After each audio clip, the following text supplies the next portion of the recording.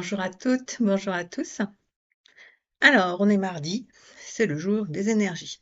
Je pense que vous avez senti que samedi, dimanche, c'était un peu bousculant, on va dire. J'y reviendrai à la fin de la vidéo par rapport aux énergies de la semaine.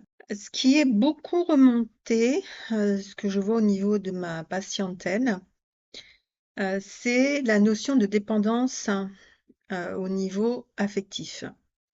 Et c'est vraiment ce qui se joue en ce moment. Il y a des remontées comme ça, avec des prises de conscience très fortes sur qu'est-ce que c'est qu'être dépendant affectif. Comme d'habitude, on a toujours une théorie, et quand on s'accroche simplement à la théorie, bah, du coup, on ne peut pas voir non plus les subtilités qui sont présentes, et que la théorie, bien entendu, englobe. Mais du coup, vous avez tendance à voir ça en globalité et pas aller chercher dans le détail. Et là, ce que j'ai fait beaucoup ces derniers jours, eh bien, ça a été d'aller justement regarder dans le détail. Parce que la dépendance affective, c'est vraiment une position aussi que vous pouvez prendre, même en étant persuadé que non, vous êtes juste en train de rendre service à quelqu'un ou d'être gentil, d'accord? Ou gentil.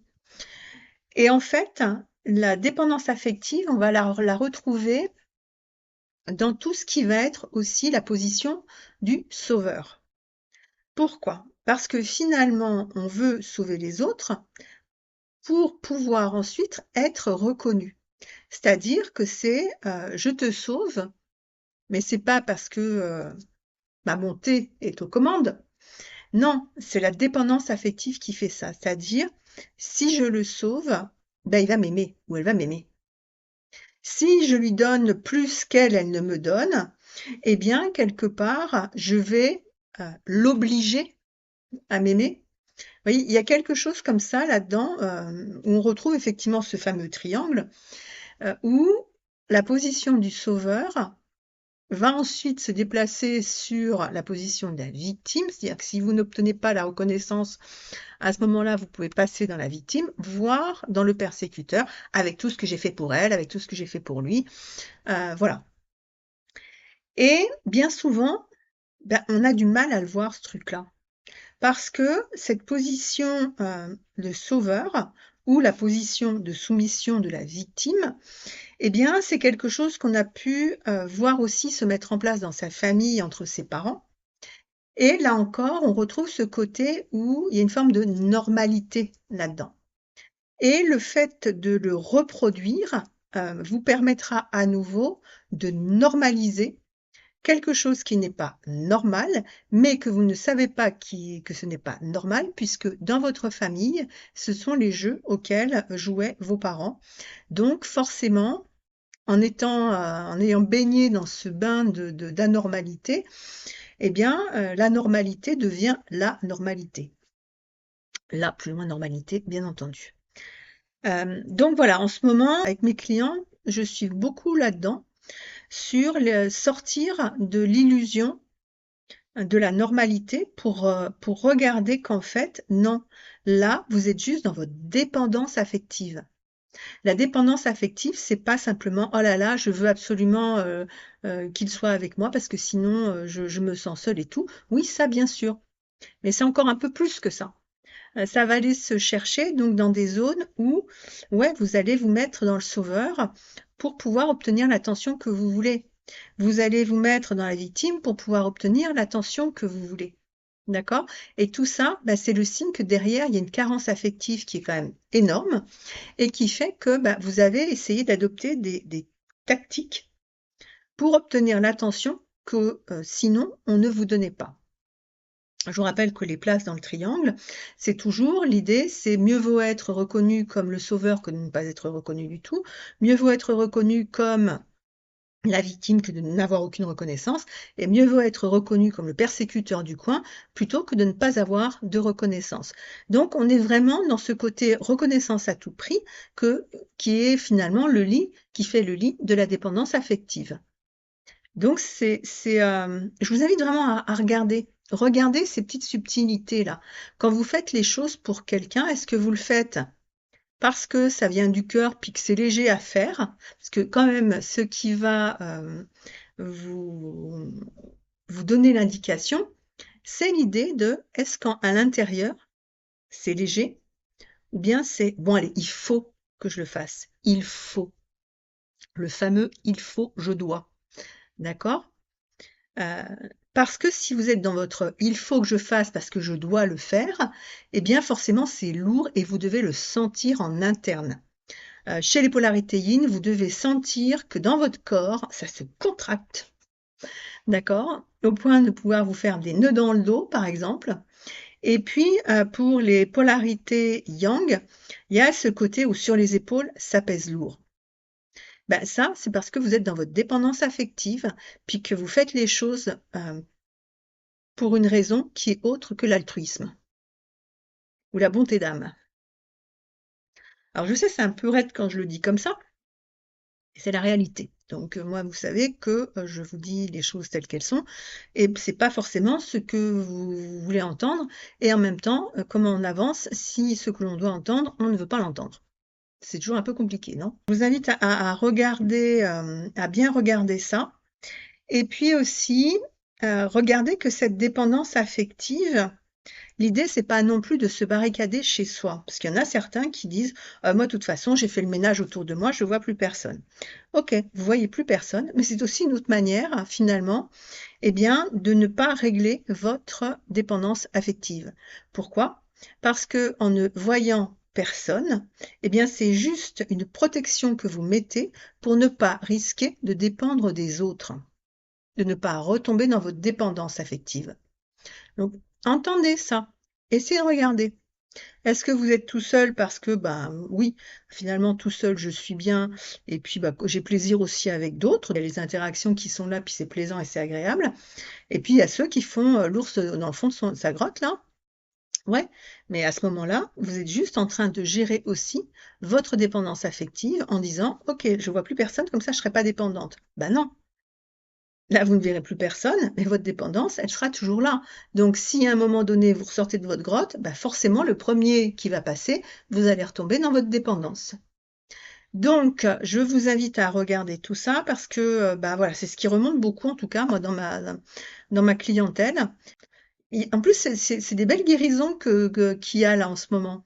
Parce que, bah, que je vois que chez mes clientes, quand ça débloque, là, quand on a bien débloqué le truc, quand elles voient bien par où ça passe et comment ça passe, et ben finalement, derrière, il y a un soulagement parce que ah, ben, je vais pouvoir retrouver ma vie, je vais pouvoir m'occuper de moi sans avoir tout le temps à me soucier du regard d'autrui. Ben voilà, ça c'est une preuve aussi qu'à un moment donné, vous sortez de votre dépendance. C'est quand il y a cette idée de je vais pouvoir faire ce que je veux, si je veux, quand je veux, sans avoir à me justifier ni à vérifier que l'autre va pas être dérangé parce que si jamais je le dérange, ben après il va pas m'aimer. Donc c'est là que c'est important de pouvoir le regarder et c'est là que ça va être important de pouvoir évaluer aussi à peu près où vous en êtes. Alors je voulais regarder, est-ce qu'il y a eu encore autre chose? Oui, il y avait aussi comme porte d'entrée, c'était la culpabilité. La culpabilité par rapport au fait que les personnes pour qui vous estimez que vous devez faire, je dois, il faut, eh bien, c'est parfois des personnes qui, parce que à un moment donné, elles vous ont rendu un service, ou bien elles ont eu une attention particulière pour vous, et tout d'un coup, vous, vous vous sentez redevable. C'est-à-dire que ah oui, mais moi, elle a fait ça pour moi, donc maintenant, il va falloir que j'en fasse encore plus pour elle, parce que sinon, elle va croire que je suis une mauvaise personne. Oui, de toute façon, c'est toujours en termes d'image, hein, la dépendance affective, c'est quand même, on part du principe que on n'est pas suffisamment une bonne personne, qu'on n'est pas suffisamment bien, qu'on n'est pas suffisamment tout ce que vous voulez, et donc on doit compenser. C'est une forme de compensation qui, à ce moment-là, doit se faire. Et ça, on le retrouve beaucoup chez les yin. Chez les yang, ça va être le côté sauveur qui est quand même très présent, où c'est la prise en charge de l'autre. qui lui aura rien demandé, mais lui, il va penser qu'il est en train de prendre en charge l'autre. Et donc, parce qu'il prend en charge l'autre, donc, ça lui donne le contrôle quelque part sur l'autre qui va devoir lui être redevable. La polarité yin, c'est elle qui se sent redevable à partir du moment où on fait un tout petit peu quelque chose pour elle. Donc, dans les deux, on retrouve ces notions-là qui ne sont pas vécues de la même manière. S'il y en a un, c'est l'autre va m'être redevable, je vais faire au maximum pour que l'autre devienne redevable de moi. Et la polarité yin qui estime que si l'autre a fait quelque chose pour elle, elle va devoir être redevable envers l'autre. Donc on retrouve vraiment cette notion-là très très fort. Et voilà, est-ce qu'il y avait autre chose que j'avais noté? Faire passer l'autre avant soi, d'accord, pour être reconnu et aimé. Sortir de la dualité aussi bon-mauvais. Ça aussi, c'est un petit exercice qui peut être intéressant aussi pour vous à regarder. On n'est pas ou tout bon ou tout mauvais. On est à la fois bon et mauvais. Donc, c'est aussi accepter que oui, j'ai pas envie de faire ça pour l'autre, là, même si le trois quarts du temps, la personne vous a même rien demandé, mais même si elle vous le demande, si vous n'en avez pas envie, c'est correct de dire non. Vous avez le droit de dire non, c'est correct.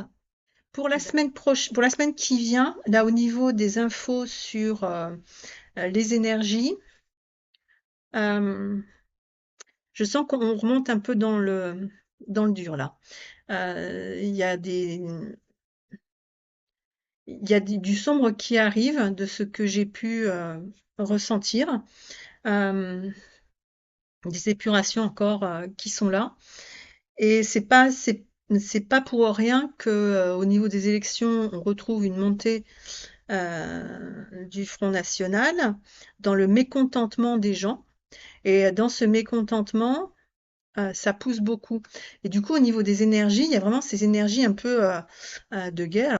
On est déjà pas mal là-dedans. Et là, ça va remonter encore un peu plus, quoi. Donc, accrochez-vous bien, restez dans la lumière, pensez à prier, des choses comme ça, enfin tout ce qui va vous mettre dans la lumière de toute façon. Voilà, restez bien, bien ancrés parce que je sens que ça va venir à nouveau bousculer. Voilà, je vous souhaite bon courage et puis bah, je vous dis à très bientôt. Normalement, vendredi, il devrait y avoir une autre vidéo.